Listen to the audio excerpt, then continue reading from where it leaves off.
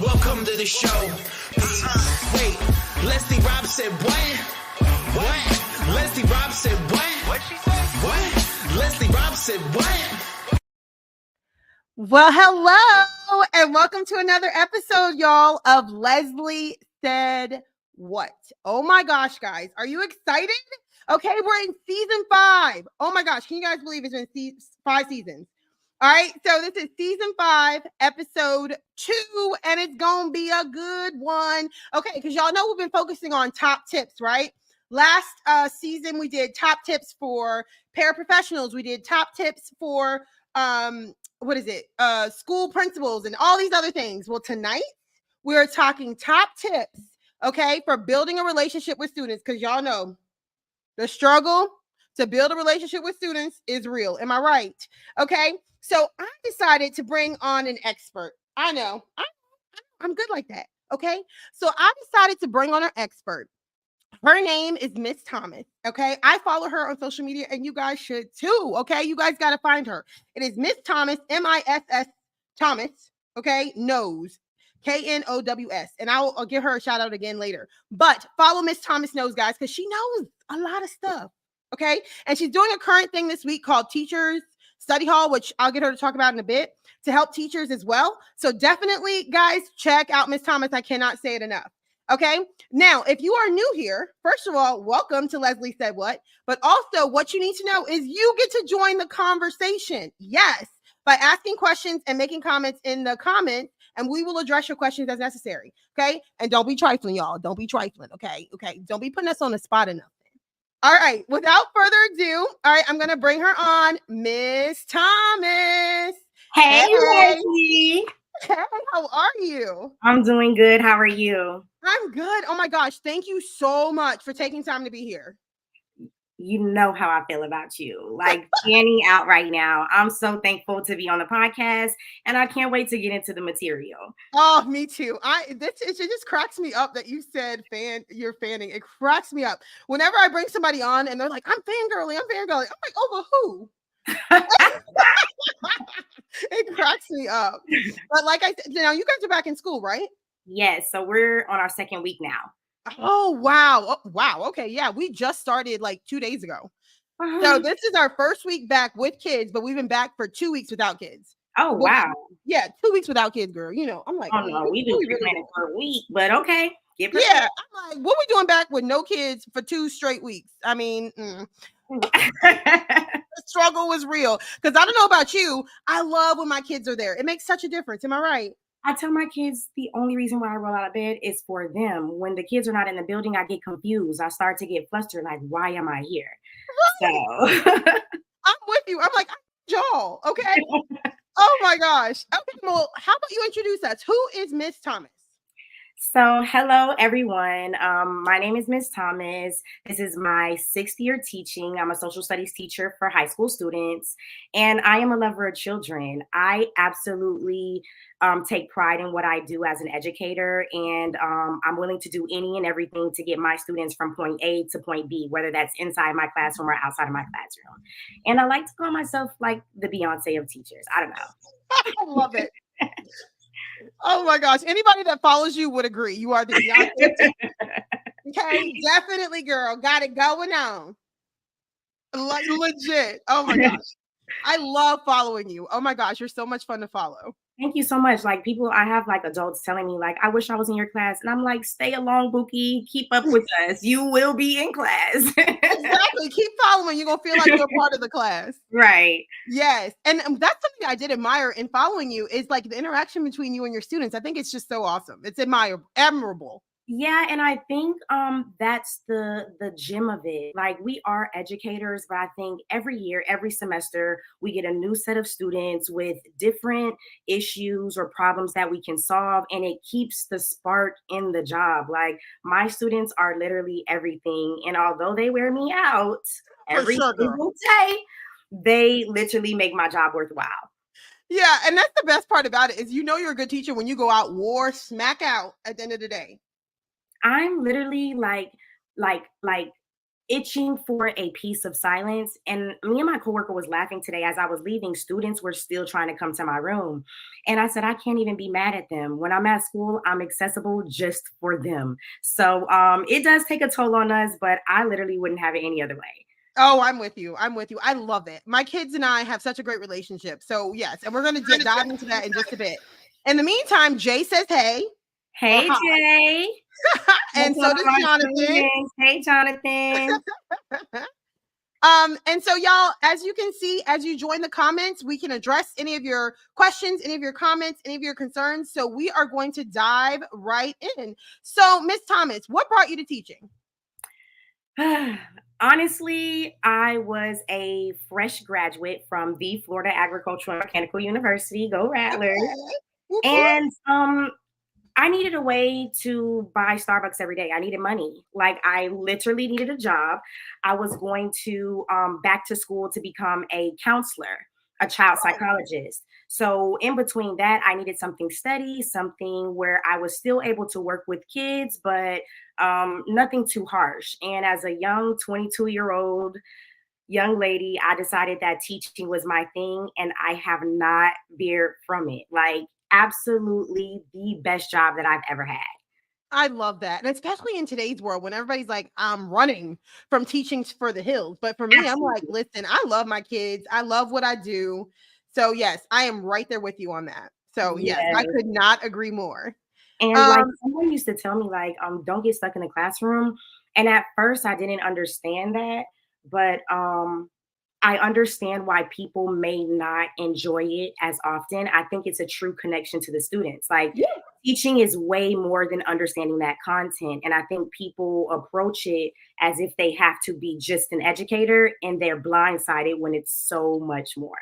Exactly. And that is key, because I tell teachers all the time. So I teach like a professional development on relationship building with teachers and students. It's called Bridging the Gap Between Teacher and Student. And the reason I teach it is because you will not survive as a teacher if you cannot have a relationship with your kids. You're not going to last. It won't make, I mean, you just won't make it. Yes, I agree. I mean, you'll just be existing on fumes, but that's right. And everybody's experience will be bad, and we don't want that. Exactly. Now, what grade level do you teach? So I currently teach only 11th graders. Okay. But I have taught every grade level. So I have taught 9th through 12th. And I would like to say that I think teaching juniors is my favorite thing. Okay. They come to me well prepared. So they're prepared for the rigorous like content that I give, but they're also seeking so much information before senior year, trying to map out their lives. And I think that's the counselor in me. Like, I want to teach you and I want to provide structure for you, but I also want to help you plan your college going away party or help you pick out a dress for next year. So I think juniors are my sweet spot. I love the juniors.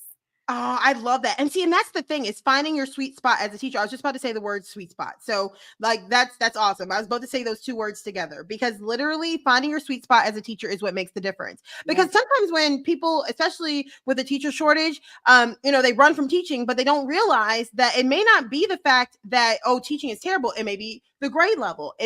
Try switching up grade levels, try switching up schools, try switching up admin, and just see maybe what your fit is. Yes. And being patient in that process. I think especially non-traditional teachers, we approach this looking for something, and 9 times out of 10, it's money. Yeah. But we don't take the time to truly find our sweet spot. And because I fell in love with the children, the sweet spot kind of crept up on me. I was so involved in loving the children and making sure they were successful and getting what they needed, that as I continued to go through the semesters, I was like, wow, well, I like juniors. I might want them again. Yeah. Or I like US history. Let's do it again. Let's raise those scores. So I think I was patient enough as I was, kind of going through the field of education. I was patient enough to kind of let my sweet spot creep up on us. But many of us don't have that opportunity. Yeah. And like you said, being patient in the process to get to the point so that you know your sweet spot.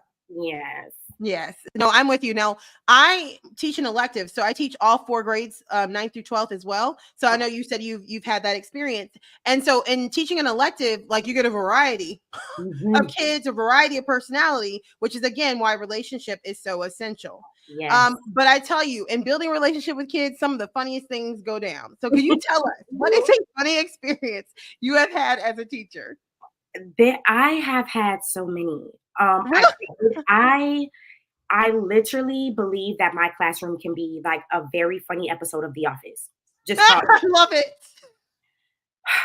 if I just like even as recent as like last week, one of my students, a former student, we are a couple of days into school. She brings me a bag full of goodies, which I am so appreciative. Oh She yeah. bought me a Stanley. She bought me some Ooh. candy, and she bought me this big, huge flag with my face on it. Uh-huh. So I'm opening up the gifts and she's like, "Do you like it?" I'm like, "Yes, I love it. The flag, the cup." And then I get to the candy and she's like, "Well, I have to tell you something." And I'm like, "What?" She's like, "Well, I'm hungry. Can I have the candy?" And I'm literally like, "You know what? Have it." So she gifted me candy that she knew she was gonna ask me for.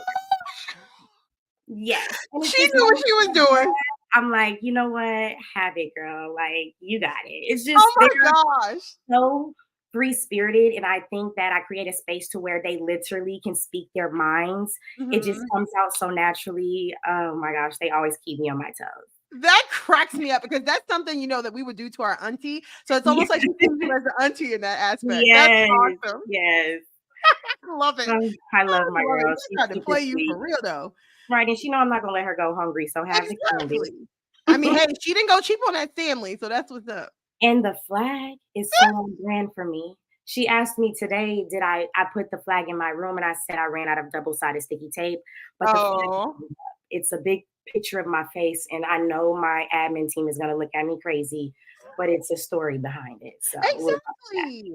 And that's the thing too. Like some of the stuff that we do that may not be something that other people understand, and for the sake of building a relationship with our students, it's not for anybody else to understand. It's for, like I always tell people, I said teach for you and your kids, not teach to for anybody else. And that we also have to make sure that we're not teaching to prove our merit, but to prove and show the kids theirs. yes. So And I really like that. Like, the last point of like, it's not to prove who I am and how valuable I am. I'm really trying to, essentially, in the beginning of the year, I'm trying to, it sounds a little like off, but I'm literally trying to get these kids to believe in themselves. yeah. Like they believe in themselves, but like not really. Like they just, and I'm telling them, like, they're great. You're a king, you're a queen. Let's do it. I have high expectations. Like, I'm consistently putting positive energy in the space, even when they don't believe in themselves. And even Yes. when we fall short of our expectations, it's not a bad day. It's just Mhm. space for improvement. So I love I love that. That is so well said. I totally could not it. agree with you more. Which is a perfect lead into what are some of your top tips or stories or both or whatever for building a relationship with students? First day, it starts off with that first impression. I am now in the season where my students know me before they have my class, but there was a point in time where like the kids didn't know who I was. So I made it very apparent, one, that this is our room. So I didn't present classroom rules to them. We created it together, as well as the consequences. So we're all on the same page. So Oh, when I love teachers ask me like, "Hey, how do you get so and so to behave?" I said, "Well, we knew what it was on day one, and it hasn't wavered from that." yeah. So that and like feeling as if there's no class system in my classroom. Like we are all a Mm. family, we are all together, we are all one. I am the teacher, but I sit at my students' desk with them sometimes. I'm Yeah. on the beanbag helping them with work. Like you have to bring a sense of like like normality to them. We are teachers, but like they are humans, and we have to consider that as we educate them. So making them feel included, getting down to their level or meeting them where it's normal, and showing them that you care. And I don't think that's something you can practice. You have to have it in you. Like the Mhm. kids know if you care or not. It's Oh, they they know. 8, 9, and the kids are like, my new students are wanting to stay with me during lunch because they feel like I care about whatever they have to talk about. Yes, I bet you get that too, where it's like, can I stay with you? And they know, they're like, I'm about to, well, so one of my students, shout out to he knows who he is. He came up to me, he says, Miss Thomas. And I said, yes. He says, I'm about to ask you a question and I will literally beg. I said, what is it? He said, can I please stay in here for lunch? I said, baby, you don't have to beg. Yes, you can stay in here for lunch. Aww. So it's like little moments like that, the little free time that they have from instruction, they still rather stay in the class. And I think that's because that classroom is home for them. I've created an environment to where the classroom does not look like a jail cell. It looks like a place where I can thrive and I can chill if I want to. So I don't know. Kids are weird, not weird, but kids waver from semester to semester, day to day, even. So you just kind of have to be observant and, like, you know, take heed to what the kids are saying because they tell you exactly what they want. Oh, for sure. They are definitely straight up. They are straightforward. It's no gray areas. We're cleaning up your approach, but like they will tell you. Oh, and, for sure. I think teachers fail to listen a lot. Like that's another thing. Like you're not listening. So I don't know. This is a crazy game in education. Yes, no, I agree with you. And that's the thing too, like you were saying, like that approach that we have with our kids, and like you said, they know who's for them and they know who's against them, who believes in them and who doesn't. And the thing that is so essential. Clem says in the comments, yes, they do tell you and they have no filter. Sometimes they tell us too much. I'm like, listen, baby, you can't tell. I have to report this, okay? So as soon as you think you are, I literally have to report this. Exactly. Don't put me in that position. Yeah, because they're like, oh, Miss Rob, let me tell you the tea. I'm like, okay, listen, hold on. I'm gonna need you to think about the tea. The tea gonna make Miss Rob have to report it because you know Miss Rob's a mandated reporter. And then if the tea ain't that type of tea, then already tell me what's going on. Like, so who did it? Like, who did what now? Girl, and they tell you straight up. Yes, the stories I hear from these kids, like I know it's so insane. Now tell us about what you're offering this week, Teachers Study Hall. Tell us about that. So Teachers Study Hall, like I think people think I have this magic sauce or like this secret thing that I do in my classroom to get the students engaged and motivated, but I don't. So what I decided to do is a mini series. It's Teacher Study Hall. It's just grabbing teachers for 2 to 3 minutes every single day a week and giving them a tip to help them not be so boring. And it's not boring. I love how you said that. Yeah, it's not boring in the respects that you're not trying or you're not doing your job. It's boring because you don't know your audience. Yeah. You're teaching students and you have to be student centered. And I think we miss that and we think that doing too much or going the extra mile isn't worth it, but I think it makes all the difference. So it does. Is literally dropping gems, helping you kind of connect with your students and create an environment where learning is fun. And that's the thing too, is I think people misconstrue fun with chaos, or they misconstrue it with a teacher who doesn't have good classroom management, but that's not the case. I'm sorry. If I walk past your classroom and all your kids are cookie cutter kids in the chair doing what they're supposed to do, it's quiet, ain't nobody I'm sorry, what you do to them kids? I'm literally scared. It looks staged. It looks weird. And like, what are we doing? And I know that I love how you spoke on like the classroom management thing every day. No matter the platform, I have people question my classroom management skills and question like, do I have structure in my class? And I don't think that you have to sacrifice structure, classroom management to have fun and enjoy learning. Not at all. I think we forget, again, like as humans, we go and we shop at places that are aesthetically pleasing. We sit at restaurants, we look at them on Instagram and things like that because we want to walk in a place with a certain expectation. So do kids. Exactly. And we're missing the mark. And I think a lot of amazing teachers are being, are not connecting with the kids how they could, simply because they're not understanding their audience. Oh, so true. And the thing is I don't know, and not, this is not a slight on any type of seasoned teacher, but Correct. some of our seasoned teachers do have a very dated point of view when it comes to teaching, and not just teaching, but their approach to dealing with the kids. And I tell teachers all the time, you ask before you attack. And the reason I say ask before you attack is because I have this student last year, one of my tough girls, because I teach Title One. Okay. I love Title One. Never Me have too. fear coming. Yes. Yeah, and so she's one of my tough girls, Okay. and she don't play. Okay. And it took me forever to break in, but I got in. Okay. And I'm on her good side. And so, she comes to my room talking about, oh, such and such. She don't even know who she's talking to. She don't even know who she messing with. And she was talking about the teacher, girl, not Okay. talking about a student. Talking about a teacher like she equally grown. I'm walking out the teacher's classroom and was like, "Oh, I'm not going back there. You can't make me go back there, Miss Rob. I'm chilling with you. I'm chilling with you." And I'm like, "Okay, first of all, let's bring it down a notch." And so I got her to calm down, got her down to a baseline, and was like, "Okay, I got her to agree to go back to class if I walked her back to class." Girl, so she and I walk out of my classroom. I said, "Okay, stand right here outside the bathroom. I'm running to the bathroom." No lie. Okay, I'm in the bathroom. She's standing in the hallway. I don't know what I was thinking. So somebody, an adult, I'm not going to say names, comes and sees her, and because she has a reputation, the adult goes, "What are you doing out here?" And that was a wrap.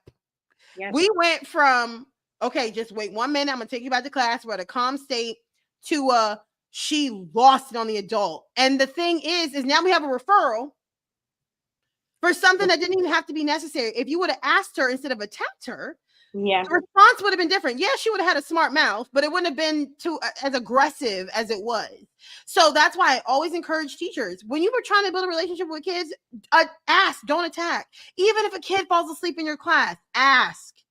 Do you have a job? Are you like, you have to ask? And it's I love that, and I'm literally gonna put it in my toolbox, because that is sometimes the glue to the relationship. You were that teacher that simply asked and inquired and gave the child the space to speak on why they may even behave that way. And again, we do have a lot on our plate as teachers. I do understand that. 100%, yeah. But there are some things that we must clean off first before we get to the good stuff. You cannot think that you are going to have a successful school year if you don't feel like a child has a voice. Right. And like you said, I think many adults approach it on the attack because they know the routine. They know that child based off their characteristics, but every day is different. And we have to move that way. We have to. So I just, it's the approach. Like, I do nothing different. I want my students to feel comfortable and safe in my space. And I think that I have never written a referral. Yeah. Wow. That exactly. I had to ask. I said to one of my students, I said, I had to ask one of the teachers, how you write a referral? I don't like, we are trying to teach kids real life scenarios, situations. That's why I don't take cell phones. That's why I allow them to eat, because at my job, I can eat. At any job that I've been in the United States military, I can eat while I'm at work. That's the thing. So when we strip students of these things that are necessary in the real world, we're not creating a realistic environment for them. No. So you have to, like, what is a referral? What is that? Yeah. Like, I've called home now because this is a village. We're going to connect it. Like, this is going to get addressed, but what are you going to write a referral and then be out of my class for 2 days? No, I'm going to miss you. No, exactly. They're like, we get a vacation. No, not with me. Yeah. See you tomorrow. And that's something that you talked about today in teacher study hall. You talked about it's the approach. It's not what you say, it's how you say it. How you say it. Like, literally, my students have a filthy mouth. And we collectively came up with some consequences, but even when they disrespect their classmates or say something that is not appropriate, I make them say to each other, "Sorry, king, sorry, queen." Because all the B's and the H's I hear in the hallways. I know. No. So anytime they like, "Miss Thomas," I'm like, "Yes, king, yes, queen." I'm saying it because I want you to truly believe it and know that and walk in that strength. Like, you have to understand your value. Many times we're telling children, you're not this, like you can't make it to this level, you're not proficient, you're not distinguished, all this, you're not. What are they? Right. Right. So I agree. It's a tough job, but it's so rewarding. I love when they come in, they're like, "Hey, Queen." I hear them in the hallway, "Queen." I just love it. It might be a joke to them, but what you like, you are what you do. You are what you say. Like, it's a joke, but that is you, Queen. Exactly. Exactly. Because you're still getting your point across. Like, you want them to embrace that. And what's funny is, and I don't know if funny is the correct word, but I try to tell teachers, like, when they're like, I don't understand, or like when I offer these professional developments and I'm talking about, like, you know, ask and don't attack, or like make sure you hear the student, and the fact that the people are writing it down like it's new knowledge is mind blowing to me.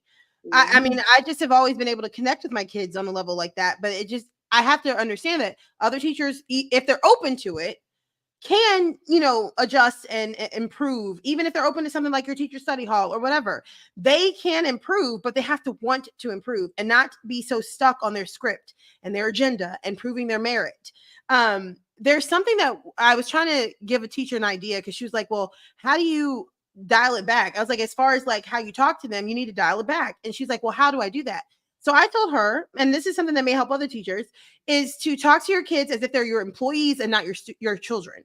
So don't act like you're their parent. Act like you're their employer. Because I know the way that we talk to some of these kids. If our principal came in there talking to me like that, I'd be like, "What's wrong with you? You better." Oh my goodness! Yes. So I'm like, talk to your kids like you're your staff member and not your child, because that'll help curb the way that you talk to them. Yes. And it's actually funny that you said that, because I think I work so hard for my students, because I think the opposite. I have about 100 bosses that expect me to go from unit 1 to unit 12 with high energy, with precision, with consistent. They expect me to just be here, preform, not teach, preform. Grade their stuff, go to their games, come to their parties, go to their everything, and do it again the next week. And I think that's why my drive is so hard, because it's a service to them. I am of service to them. How like, I don't know. It's just the audacity sometimes. I think teachers don't understand the power and the impact that they have, because they're so stuck on roles and like this authoritative figure. We are there to inspire them, and we can do that being our true authentic selves while still being the adult. That is still realistic. So I don't know, it'll come around. Hopefully either they'll wash out or they'll get it together. Yeah, and I liked what you said the other day, because this kind of piggybacks off of what you were just saying just now, when you had posted in your story about being like what gets relayed as immature. Like, I definitely get relayed to be as immature, and I'm like, you can call me whatever you want, but I thrive on being immature. And so, like, me and my students, like, but I it's not that I come down to their level in a negative way. I come down to their level because I know, like you said earlier, they are just as human as I am. Yeah. I mean, and you know, and with anybody, if somebody's going to meet you at your level and meet you where you are, you can't help but like literally try and work with them and collaborate with them. So that's how that relationship is formed. And like I said just a few minutes ago, teachers who like heavily are so scripted, and you know, like they spent all night working on a lesson plan, and you know how it is. Okay. Right on a lesson plan, and we're like, oh my gosh, this is gonna be so good. You get to work, either the kids are done in 5 minutes, yes, and they're like, forget this, or they rush through it, like, and then teachers take that stuff personally. That is another thing. Another tip for teachers is not to take things personally. As a teacher, you cannot take things personally. And I am so big on telling people to take and I know it sounds crazy, but they have to, like I tell people all the time, all right, emotion cannot dictate teaching. Emotion can't dictate teaching. It has to be the love, because love is not an emotion, it's a choice. To be patient, to be kind, and all the things. Like, you have to change your approach to teaching so that it's a more of a choice to love and be there for those kids, not more so of a job. Because teaching shouldn't be a job. And I find that those who love children excel in the craft. That has been consistent everywhere I go. Every teacher I've seen that I've see good practices and have a connection with their students, they are literally driven by love, because we are literally insane to do this every day, year after year. A bunch of kids that we love so much and we give everything to, and then sign up to do it again. No, with new kids, new babies, new issues, new problems. Like it is a handful, but it's so rewarding. And I find that as the years go on and I get deeper into my career, the rewards are bigger. Like, oh, for sure. One of my first favorite students, shout out to Brianna. She graduated from Florida State University for free. This is my gosh, go girl. Graduated from a very small rural town, the only high school in that area, nothing around it. No, they're like, beat the odds. She is that girl.com. And she, like, many times has said, like, I want to be like you are. I'm like, I could never be you. I could never do what you did for free, my girl. Florida State. I'm just, the rewards get bigger, the babies, the marriages, the everything. I'm here for it. Like, I'm buckled up. I'm not going anywhere. Yeah, see, and I love how you again shifted that from proving your merit to proving hers. So like when she was talking about, you know, how much she wants to be like you, you're like, oh honey, I could never be you. I could never. And I think that's another thing. Even the teachers that they are inspired by, it seems so far-fetched for them. Like, I want to be this person. Like, you come to school and you're so happy all the time. You've got your Starbucks and you love us and you have parties for us. Many of the times they don't know I go to school because I need them. I need them. I provide service for them and these experiences because I need them to be happy. That feels my. So like, I love my kids year after year, different kids. I'm still so obsessed. But I think if teachers understood the impact they had on kids, they would move a little different. And if they understood how kids look at them in this like idolized way, they would come down to bring it to them in a more realistic way. Because I tell my kids, like, y'all are like my little cousins. We are the same people. Oh, that's so awesome. Unfortunately, yeah, like, come on, guys. Well, yeah, and that's the thing too, is like, I know that it's going to sound kind of crazy, but I tell people all the time, don't take teaching so seriously. Like I said, if I had to come up with a teacher tip book, it would say, what you yelling for? Like, that's what I would call it. What you yelling for? One of my kids asked me that today. Have you ever yelled? And I'm like, yes, girl. Like, I get down. They're like, for real? And I'm like, yes. And sometimes I'm like, I know you guys take me for a joke, but like, I'm so serious. And they're like, for real right now? And I'm like, for real right now. Yes. Yes. I love it. I love it. I love it.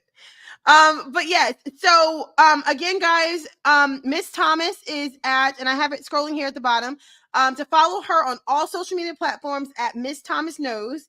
If you are loving this discussion and you want to hear more tips, definitely follow her as she is posting this week her teacher study hall to provide even more tips for teachers, things that she may have mentioned, things that may be new. So definitely tune in and follow her. Miss Thomas, do you have any encouragement for fellow teachers? Like whether it's a teacher who wants to give up, a teacher who's just starting the school year, any type of advice you want to offer? Yes. For any aspiring teacher, new teacher, veteran teacher, a teacher on the edge, a teacher in the beginning, I want to encourage you to be that it teacher. And when I say that, I mean, I want you to go in looking to inform your students, inspire your students, and transform their minds. And if you can be that it teacher, that IIT teacher, if you can be that, you will be successful no matter where you plant your feet. So inform, inspire, transform minds. I love that. I love that. Oh my gosh. See, guys, I'm telling you, all the nuggets. Okay, so you guys gotta definitely go check her out. Okay, she is at Miss Thomas Knows, and she said it is on all social media platforms. So it doesn't matter what it is that you're on, you can find her at Miss Thomas Knows. And if you know that a friend could benefit from this, a teacher friend, a teacher family member, whatever, tell them that it'll be available via audio on all podcast channels and lesliesaidwhat.com tomorrow. And that the video version is available on Facebook immediately following our live. So, Miss Thomas, thank you. And thank you again so much for taking time to be here. Thank you so much, Queen. This means everything. This was absolutely a pleasure. And let's do this again. Yeah. Oh my gosh, we definitely have to do some more stuff together, some more collaborations. Yeah, it's like a crazy Disney collab episode. Oh, for sure, girl. Just keep them coming. Thank you so much for everything. Oh, no problem. All right, I'm going to pull you out. So wait backstage for me, though. Don't go anywhere. Okay. Okay. Bye. Bye. Guys, didn't you guys enjoy that? Oh my gosh, such great discussion, right? I hope that you teachers who are watching were able to get some nuggets. And so for Miss Thomas students who joined in, she did say you guys will get some extra credit. So that is awesome. All right, guys, as always, thank you all so much for being here, because without you, this would not be a podcast. It would just be us talking into the air. Okay, so we are grateful that you all are here. All right. So without further ado, okay, Leslie Said What, season 5, episode 2 is out.